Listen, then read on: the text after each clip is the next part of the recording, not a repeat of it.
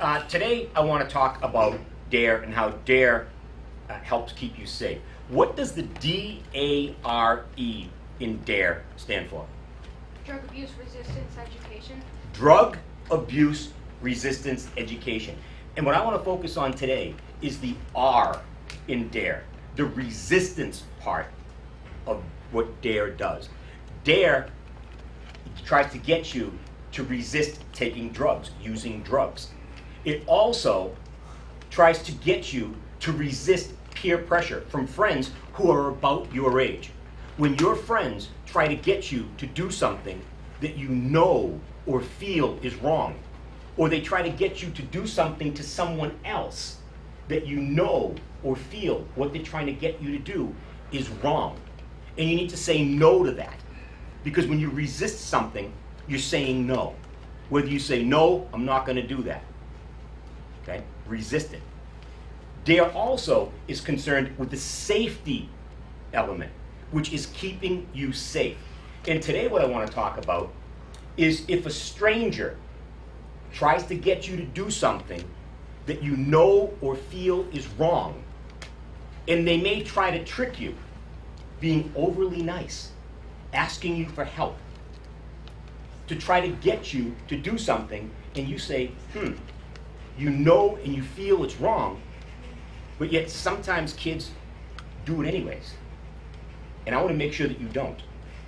So today, I want to talk about the resistance part of D.A.R.E. How to resist, how to say no, how to stand up for yourself. Say no, walk away, run away, yell, scream, holler if you have to. Okay? Resistance. Rules. What are rules? What are rules? Instructions that you have to follow. Instructions that you have to follow. What do rules do? Keep you safe. They keep us safe. Very good. Who makes them? Who makes the rules? The law. Law? All right. Rules can turn into laws later on, huh? You learn how to follow rules at a young age. Later on, we'll have no problem following laws if you can learn how to follow rules at a young age. The president. President? Like a parent or a guardian or a teacher. Parent, guardian, teacher. Yep. Adults. Adults. All right. Yeah. A boss. A boss. Okay. Good. Yeah. Parents, teachers, coaches, instructors. They all have rules. Yeah. Does it keep things organized? Yeah. Does it keep everybody safe? Yeah. Yeah, and that's the purpose of rules, to keep everybody safe. So if you're a young person and you think that rules don't apply to you, and you think that you don't have to do what mom or dad tells you to do, and you don't think you have to do what the teacher tells you to do, and you don't think you have to do what your coaches and instructors tell you to do, what do you think might happen when that individual gets to be 14, 15, 16 years old, and they come across a police officer, and the police officer asks him or her to do something or not to do something, and they don't listen, they don't pay attention, and they think that that doesn't apply to them? What do you think might happen to that individual? They could get in trouble. They could get into trouble. They could get into some serious trouble, couldn't they? They could get hurt. They could get hurt. Yep. They could get arrested. Could get arrested. Yeah, they could get arrested. Exactly. And if they're not going to do what mom and dad says, so if they get arrested and they're not going to do what mom and dad tells them to do, and mom and dad says, he doesn't listen to me, I'm not taking him home. Okay, we'll try to call a grandparent. Grandparent says, nope, he doesn't listen to me either. We can't take him home. Okay? Anybody else we can call, buddy? Aunt, uncle, anyone? Nope, he doesn't pay attention to anybody. Okay, where does he go? Jail.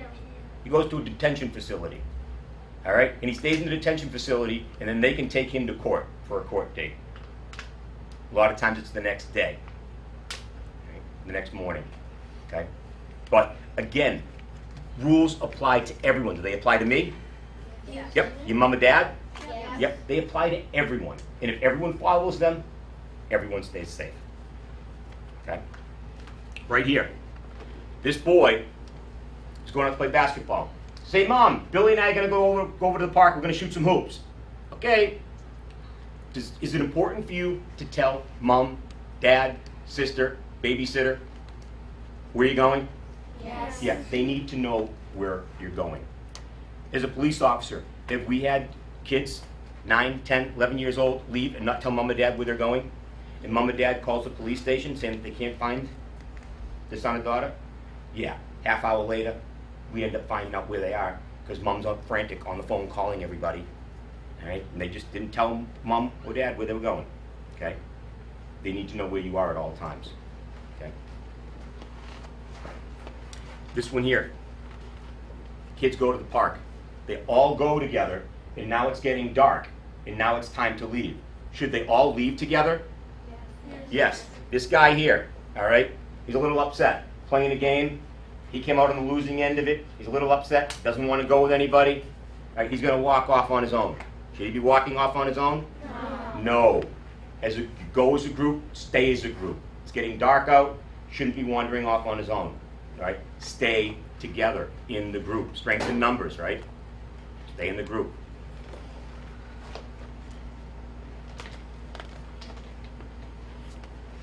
This one here, they're walking home. 2 girls and the boy. Again, it's starting to get dark out, and he said, I'll race you home. I can beat you. I'm going to take a shortcut.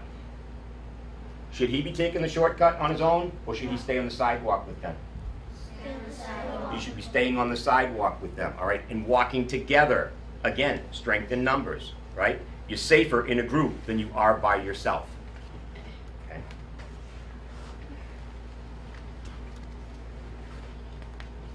This one here, they're in a park. What are they all doing here? They're all in little groups. Very, very good. They're all in groups. Right here. If this was bigger, and they were in a park, pond would be bigger, and they're down and they're sailing a boat. If you're playing near the water, is it safer to do it with a friend and be there with a friend? Yes. They're over here, they're up on a hill, near the edge of the woods, all right, flying a kite together. They safer together? Yeah. Yes. These 2 here, they're going to use the restroom. The 2 girls are going to use the restroom. They're in a park. Is it safer to go with a partner? Yeah. Yes, it is. Buddy system. Buddy system. You're always safer when you're doing something with somebody. Okay? With somebody. I know that my kids, up until they were 11, 12 years old, anytime we went to a restaurant, I would get up and I'd walk over to outside the restroom door, and I would stand out there and I would wait until they came out. If we went to the beach, we'd walk up and I would wait outside until they came out. All right, when you're in a public place, always to get with somebody. They can wait outside for you. Okay? Buddy system. Buddy system is very, very important. Okay? For boys, when you boys start getting to be 14, 15 years old and you start getting bigger and you can start doing things on your own a little bit more, the buddy system kind of fades off a little bit for boys. For girls, the buddy system lasts forever. Okay? It lasts forever. And I got to tell you, it lasts through college. If you're in college and you go out with a friend or with a group, you return back to your dorm with your friend or with your group. Okay?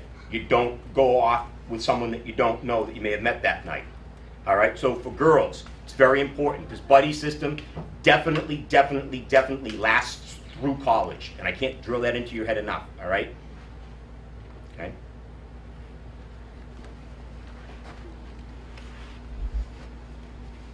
I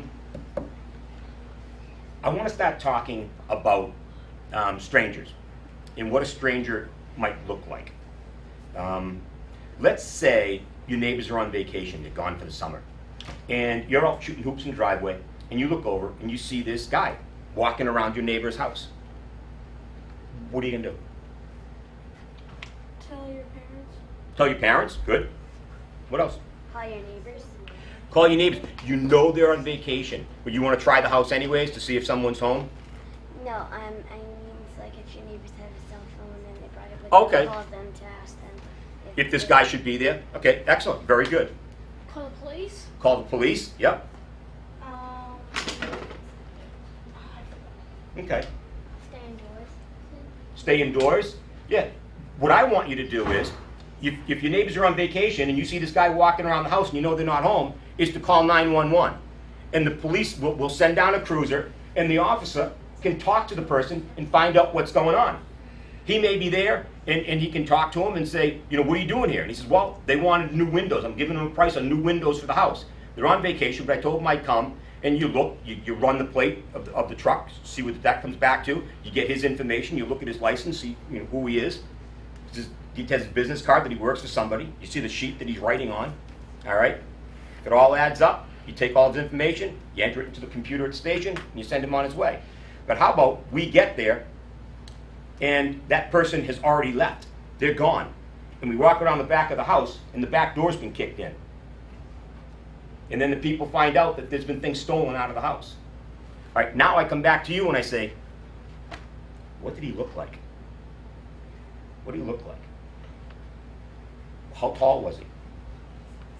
Was he tall? Was he short? How old was he?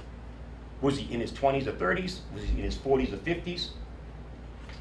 Did he have long hair or short hair? Did he have light hair, blonde hair, dark hair, black hair? Did he have white skin, brown skin, dark skin? Did he have any facial hair, mustache, beard? Did he have glasses? Did he have a hat? Was he wearing a sweatshirt, t-shirt, coat? Did it have any writing on it? Pants? What was he wearing for pants? The vehicle, was it a pickup truck? Was it a van? Was it a car? Was it new? Was it old? What color was it? If it was blue, was it light blue or was it dark blue? Did it have any dents that would stick out? Did it have any broken taillights or headlights? Did it have a bumper sticker on it that may have stuck into your head? Like a color of a bumper sticker. And then there's one thing on that car that's really, really important to us. And what is that? What is that? The license plate? The license plate. If we run that license plate, does that tell us who owns that car? Yes. Yes, and we can find out the name, the address, the date of birth, social security number, and even the picture of the operator or the owner of that car. The owner of that car will come up on the screen. Okay? Very, very important. We had one of my officers had a situation last week where they had somebody on the side of the road in a car, and that person gave him the wrong social security number. He said, that's my social security number. So he ran it, and that popped up, and he goes, Ron Beck says, that's not you. You're lying to me. What's your real name? So then he fessed up, and the guy had a warrant out for his arrest, so he arrested him. All right? So having that access to pictures, is that important for us? Yes, it is. And we can also find out what their driver's history is, if they have any warrants, or what they've done in the past. Like, what kind of a person are they? Have they ever been arrested? If they have been arrested for what? Okay, all comes up. Okay, that license plate's very important. How about if you only got the first 3 numbers or letters, or the last 3 numbers or letters? Is that important to us? Yeah. Yes, it is, because we can run a partial plate. And you put in the first, let's say you get the last 3. We put in the last 3 and get a description of the vehicle. Was it a Ford, a Chevy, a Honda? And what color was it? Was it black? Was it green? And you can put that in. You put down as much information as you have into it, and you run it, and it'll come back with a list of cars that fit that description. That really cuts it down for us. Very helpful. Partial plate is very helpful. Okay. The man in this picture says to the kids, hey kids, can you come over here? I'll give each of you $5 if you can show me where this street is. I'm looking for this street. I'll give each of you $5. The girls are like, nope, no way, nope. The boy's like, $5. I can get a large ice cream cone for $5. Right? He's thinking about it. Should he go over to that car? No. No, he should not. No, he should not. The girls, they know better. He's actually thinking about it. Okay? The guy in that car, you see him? All right. What's he look like? Let me ask you. All right. How old is he? How old? I'd say, well, he doesn't have any hair on the top of his head. He's bald? No, I just didn't see him. Oh, just on the top? Yeah. All right. So, Well, maybe 40s, 50s. 40s, 50s? Okay. And he's bald on top? All right. I know he was sitting in the car. You think he was short or tall or what? I would say he was like in the middle. In the middle? Yeah. All right. Kind of maybe my height. Okay. What color was his hair? The hair that he did have. What do you think? Yes, no? Oh, me? Yeah. Oh, a bit grayish, blackish. Grayish, blackish. Okay. All right. What did he have on for a shirt? He was wearing like a white shirt and like a brownish coat. Brownish coat. All right. Anybody else? Oh. Who was wearing glasses? He's wearing glasses. Okay. He had a mustache. He had a mustache. What color was his skin? Pale. Pale. Pale skin. White skin. All right. He had a car. He had what? A car. A car. What kind of car? Was it a new car or an older car? Old car. An older car. Yeah, did it have any dents on it or scratches or anything you can remember about that car? He was blue. It was blue. Light blue or dark blue? Light blue. Light blue. You know if it was like a station wagon or just a two-door car? Yeah. One of those short cars. Short? Yeah. I would say it would be like close to a station wagon, maybe not a station wagon. Close to a station wagon? Okay. Had 4 doors. Had 4 doors? All right, did you get a license plate for me? The last 2 numbers were 8 and 8 and 8. How do you guys think you did? 8. Oh, 3 8. How'd you guys do? Good? All right. You guys did really well. Look at that. That is, I think it's a 3 and an 8, all right? 3 and an 8. And yellow background, you can probably tell maybe what state it was from, because all states have different colored plates. Yeah. All right? All right. It looks like the way that it is, it's an old card. This is an old car. All right? It's an old car. You guys did really well. Balding, mustache, glasses. He has a darker coat on, almost like a suit coat. Okay? Very good job. Very good job.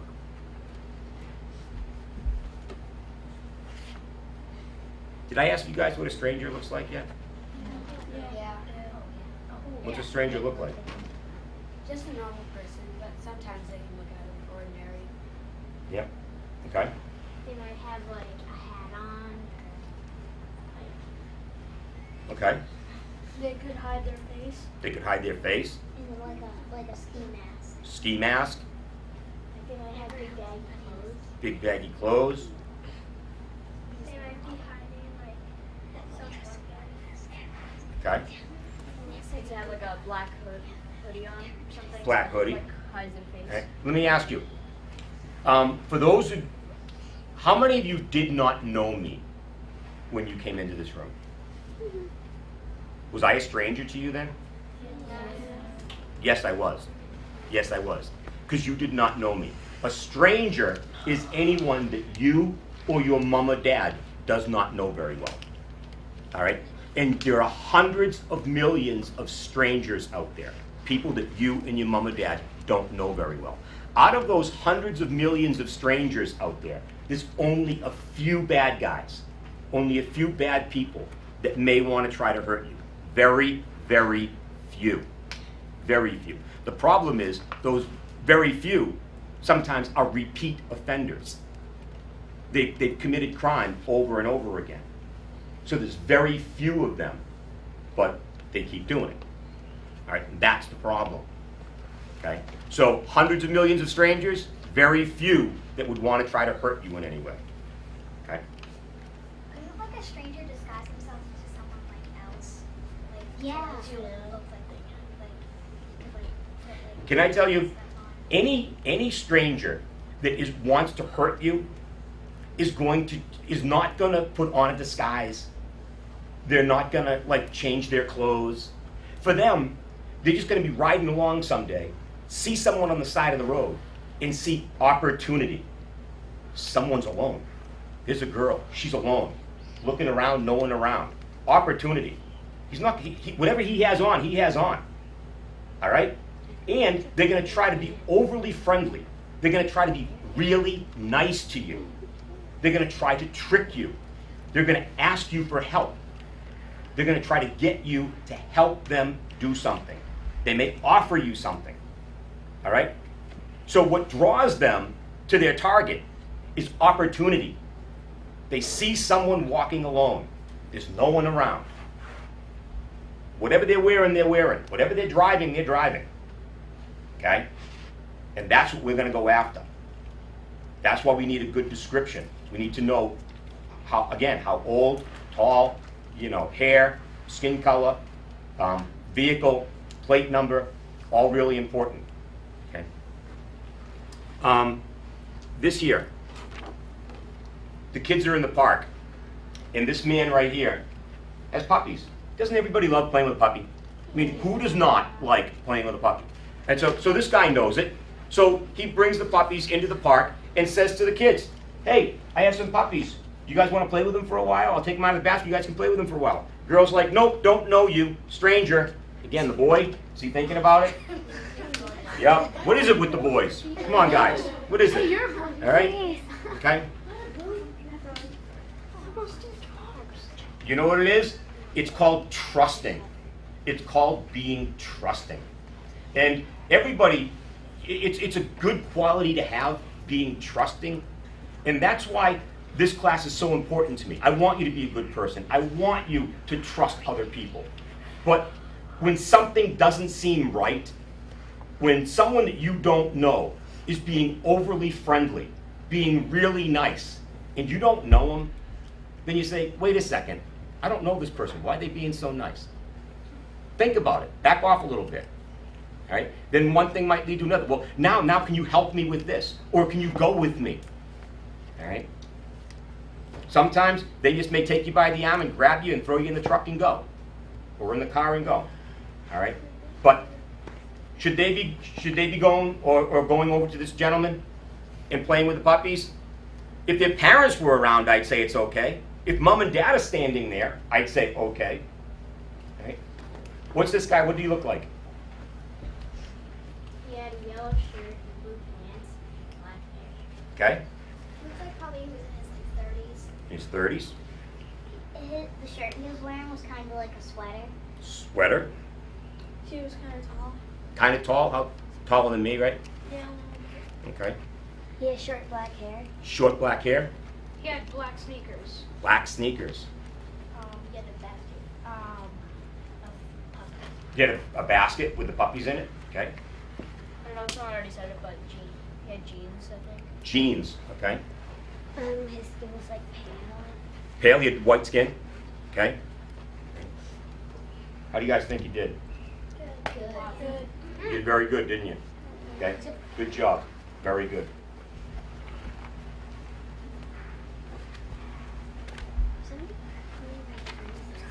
I'm going to give you like 4 different scenarios or situations that happened to younger kids. And don't get scared by this. I'm telling you this just so you won't make the same mistake that these kids did. All right. Some of them, it wasn't their fault. I'm going to start out with Molly Bish. It was Cummings Pond in Warren, Massachusetts in 2000. She was 16 years old. She was a lifeguard, and her mom dropped her off for work that morning. And when mom dropped her off, mom actually saw a guy sitting in a pickup truck, about 50 years old, had his hair combed back, smoking a cigarette. And mom saw him and goes, that guy just looks out of place. But, she was like, all right. Mom was trusting, and she drove off. And then they called her a little bit later and said, we can't find Molly. And she goes, no, I dropped her off. Well, they couldn't find her. All right, and they searched for her. And they searched and they searched. And they found a piece of her bathing suit like 3 miles away from the pond. But they really never found Molly until it was 2009. And the man that actually abducted her and took her was in jail down in Florida. And this man's girlfriend was dying of cancer, and she wanted to get it out because he was in jail, she's dying of cancer, and she's like, I gotta let people know that he was the one that actually killed Molly Bish. So they went down, they interviewed him, they talked with him, he gave him some information, not a lot, And they ended up going back to the area that he told them about, and they did find pieces of her bones, because he didn't bury her, and he threw her behind a log, and I think some of the animals might have gotten to her and dragged the bones around and stuff like that. So they did find pieces of her, but they've never found all of her. And so we don't know what happened. No one reported any, there were other people there, and no one reported any screaming or hollering or nothing. So whatever this man did to trick her, he got her without any yelling or screaming or hollering. There was no attention drawn to that parking lot. All right? So it's a sad situation, it really is. Let me go on with some more stories here. The other one was a 12-year-old girl. And this 12-year-old girl lived in a neighborhood, and she came up missing. And mom and dad called the police, and the police went around and checked all the houses in the neighborhood. There were some businesses in the neighborhood, and they checked the businesses, they checked the buildings, and like 3 days went by, and they couldn't come up with this 12-year-old girl anywhere. Finally, there was a building near her house that had a camera mounted up on the roof.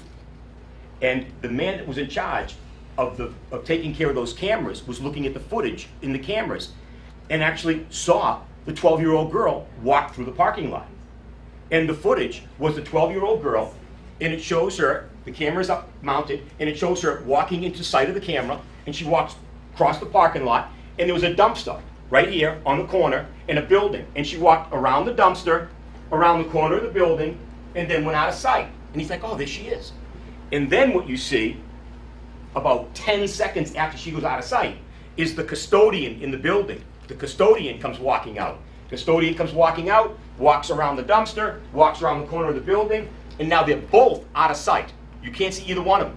30 seconds later, they come walking back. Here's the custodian walking back. She's walking right beside him. She's not holding hands with him. He's not touching her. She's walking right beside him. He must have asked her for some help or something. She's not afraid. She's not scared. And they just walk side by side. They walk around the dumpster and right out of sight, and they go into the building. So they go back and they go to the custodian. They have a picture of the girl. And they said to the custodian, have you ever seen this girl before? And he's like, nope, never seen her before. I'm like, really? Take a good look. Have you ever seen this girl before? And he's like, nope, I've never seen her before. So they sit him down and they show him the footage. He goes, okay, you got me. They got a search warrant for his apartment. They went there, they found her clothes in his apartment, and he told them where he buried the body, and they found the body, and he pleaded not to get the death penalty. And he's in jail, and that's where he's going to stay. Did he trick that girl? Yes, he did. She wasn't even afraid of him. He tricked her. He was a custodian. He was dressed in the custodian clothes, and he was being nice, and he probably asked her for some help, and she's like, oh, okay. Right? She didn't know him before that. She did not know him before that. Another one. This was actually 10 days ago in Bristol, New Hampshire. How many of you know where Newfound Lake is in New Hampshire? All right, Newfound Lake. You know where Bristol is? Mm-hmm. All right, there's 5 or 6 towns that surround it. If you go up exit 93 north and you get off exit 23, if you go right, you go to Winnipesaukee, and Guilford is over in that area, the town of Guilford. If you go left, you go into Bristol, New Hampshire, and where Newfound Lake is. And Bristol is the town on the southern point of the lake. And there's 2 girls out in front of a school. They're 9 years old. 2 9-year-old girls walking down the sidewalk, and this man pulls up next to them, starts talking inappropriately to them, saying some pretty nasty things, and the girls ignore him. And then the guy gets out of the car and goes walking towards the girls, and the girls yell and they run away. Well, somebody saw what was happening, and they pulled up behind the car, wrote down the license plate number, and got a description of the guy, called the police. The police ran the plate, called Guilford, and Guilford said, yeah, he's a registered sex offender in our town. And then they called, and Guilford said, yeah, he's from Michigan. He just came here from Michigan. So he was a sex offender in Michigan, came to New Hampshire, and now is like, you know. So did those 2 girls, buddy system, together, safer? Yeah. Yes, they are. Did they do the right thing? Did they resist? Yeah, they resisted. Did they recognize a bad situation? Mm-hmm. Yeah, they did. All right, they did. They resisted. Another one that I want to tell you about is Officer Plimpton and I. When we were down Excuse me. Can I help you? Can I help you? What are you doing? Hey, what does she want? Want me to go help her? She wanted you to go help her. Who was she? You don't know? Was she a stranger to you? Yeah? What was that all about? Who was she? Did you get a description? She was wearing sunglasses, a camouflage Boston Red Sox hat, short blue shorts. I think the t-shirt was tied in the back. Really? Anything? How old was she? Maybe 16. 16? She was probably around like high school. Around high school? Yeah. Probably around maybe in her early 20s. Early 20s? She was wearing her shirt inside out. She was wearing her shirt inside out? It was a D.A.R.E shirt. A D.A.R.E shirt. Ooh, Clint. I don't know. What's that? Not good. What else? Under the shirt was red. Under the shirt was red? It had staff on it. Staff? She had broken glasses. Broken glasses? All right, how tall was she? Maybe like 5'5". 5'5"? Like I would say about 5'6". 5'6"? What color was her skin? It was white. It was pretty tan. White, and she had a good tan? All right. Guys, good job. Good job. All right. Right, he jumped right on it. All right, you jumped right on it. You're ready just to tell me everything. Okay? That's good. That's really good. Okay? Very good. This last one that I want to tell you about, when Officer Plimpton and I, we used to work for the training council, and one of the girls, the female officer that was from Pittsfield, Massachusetts, she was also a D.A.R.E. officer. She was also an instructor. And she taught this class to her 5th grade D.A.R.E. class. And then it was 2 weeks after she had taught this class that one of the girls that was in that class was on the bus. At the end of the day, dropped her off at her bus stop. And she gets off the bus, she has her backpack on, and she's walking down the sidewalk with her backpack. Car pulls up, guy gets out, runs right over to her, grabs her by the backpack, and she goes, no! She hollers, she screams, puts her arms up, and she runs. And she ran. The bad guy's standing there holding the backpack. Town of Pittsfield highway truck with 2 guys in it, comes around the corner, pulls up behind. They call his license plate number in. They get a description of him. They end up finding this guy. This guy had killed 13 girls before her. They think that he had killed close to 20, but they could only pin 13 on him. Okay, bad guy? Yeah, if she didn't have this class a couple weeks earlier, what do you think might happen? She might not have run. She may have talked to him. He may have tricked her. He was really good at what he did. Again, a repeat offender, wasn't he? Opportunity. He saw her alone walking on the side of the road. Okay? So when they got a description of him, was he easy to find? Once those highway guys got a description of him and got his plate number? Yeah, they knew where to get him. Okay? All right? She did the right thing. She wasn't going to be tricked. Why do these strangers try to kill little kids? And why? Why do they want to? They're sick. They're sick people. No idea. No idea. Because you know what? I don't know. I just don't get it. For the life of me, I just don't get it. Something inside of them is not making the connection. Don't know. All right? So my thing is, and why this class is so important to me, is getting you to be aware. Out of those hundreds of millions of strangers out there, out of all those strangers, there's only a few that would want to try to hurt you. And most of them are repeat offenders. Okay? So I guess my point is here is that you are safer today than you were 15 years ago. You're safer today, a lot safer today than you were when I was a kid. I was your age, 42, 43 years ago? I was your age. And my parents made sure I knew who the weirdos in the neighborhood were. All right? There were 3 of them, and I knew where they lived. All right? You don't talk to them. All right? You knew that you didn't. You knew that you needed to stay away from them. All right? Today, you're a lot safer than I ever dreamed of being. You're a lot safer than kids of even 15 years. They pass laws now to keep you safer. If someone wants to coach a sport or be involved with the Boy Scouts, the Girl Scouts, be a camp counselor, they have to fill out a form, and it's called a criminal offender information form or a sex offender information form. All right, and they have to fill those out, and you take that and you send it in, and if you've ever had any kind of a criminal record involved with kids, you can't coach. You can't be a Girl Scout leader, Boy Scout leader. You cannot coach. You cannot be left alone with kids. And so it's in schools, it's in summer camps, it's in every activity now. So you guys are a lot safer now than you ever were before. And then we even have new laws now. The Amber Alert. If anything, it's from Amber Hagerman in Texas in 1996, where they didn't get a description of her out quick enough, or of the suspect, or of the suspect vehicle. And now, you know, when you're riding down the highway and you see those signs that are attached on the bridge, and sometimes it's flashing a law or buckle up, they use those to get a description of the bad guy in the bad guy's vehicle, to get it out really quick. If someone in my town's missing, we call the state police. The state police actually types in right up there, right away, so everybody can see what's going on, so everybody out on the highway knows what they're looking for, what kind of vehicle. If they stop in a rest area, what they're looking for, okay? Lot safer. We have Megan's Law, all right? Again, that's the sex offender. If there's a sex offender that moves into your neighborhood, you can go online and find out who in your neighborhood is a sex offender, who's a bad guy.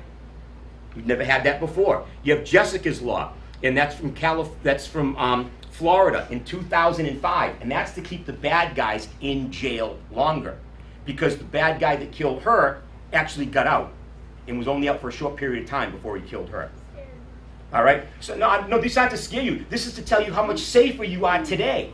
You guys are so much safer today than we ever dreamed of being. All right?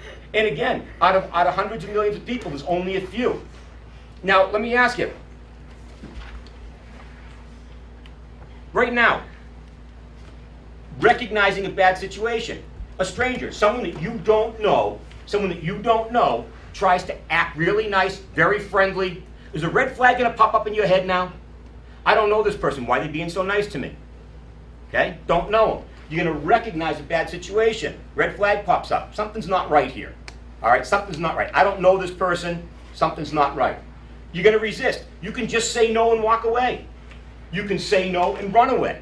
You can yell, scream, holler, draw attention to yourself. People are going to look.